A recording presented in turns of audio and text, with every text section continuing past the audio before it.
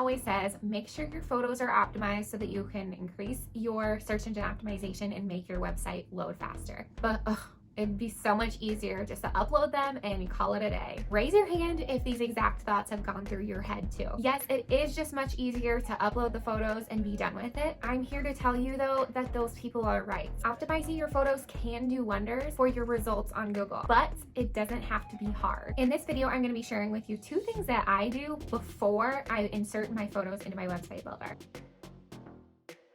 Hi there, if you're new here, my name is Carissa and I'm a Showit website designer, and I'm dedicated to helping you make your website better. The first thing you need to do is to reduce the file size of your images. An app you can use is called TinyJPEG, and I'll be sure and leave a link below, but it's totally free to use and super easy. Once you have all of your photos compiled on your computer in one folder, simply click this box to open your files.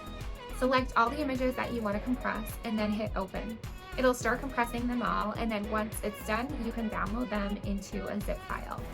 Open that zip file and find all of your images then, all compressed. It's seriously that easy. Then the second thing you need to do is just to rename all of your photos. Naming your photos in a way that helps describe the picture and bring people to your website can do wonders for your search engine optimization. Now you might be thinking, okay, so I'll just stuff all of my keywords into each file name and then I'll be ranking at the top of search engines in no time. Well, not exactly. Years ago, you may have been able to get away with that, but Google has definitely gotten smarter. Now it recognizes keyword stuffing and considers it as pretty scammy. Instead, it's best to keep things short and descriptive. Think, if you had to describe this photo to someone who is visually impaired, how would you describe it? And then make that your file name. Let's look at a few examples.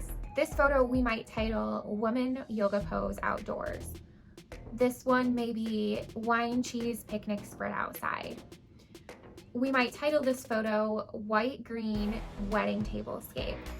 And then for this one, Cozy Living Room Inspiration. You'll notice that we kept it super concise and descriptive while also trying to keep it under 5 words total. Now you might have also noticed that I put dashes between each word. This actually helps Google to better and quickly understand the phrase in order to help recommend it to the most appropriate audience. Optimizing your photos can really help your SEO, and by doing it before you start designing your website, you can save yourself a ton of time and headaches later on. Now it's time to customize your Showit website templates, and if you want some inspiration or want to start shopping for a template of your own, I'll leave a link below for my own template shop, but I also have a series just for you that'll walk you step by step through the process of customizing your Showit website template so that you can have it launched within just a matter of days.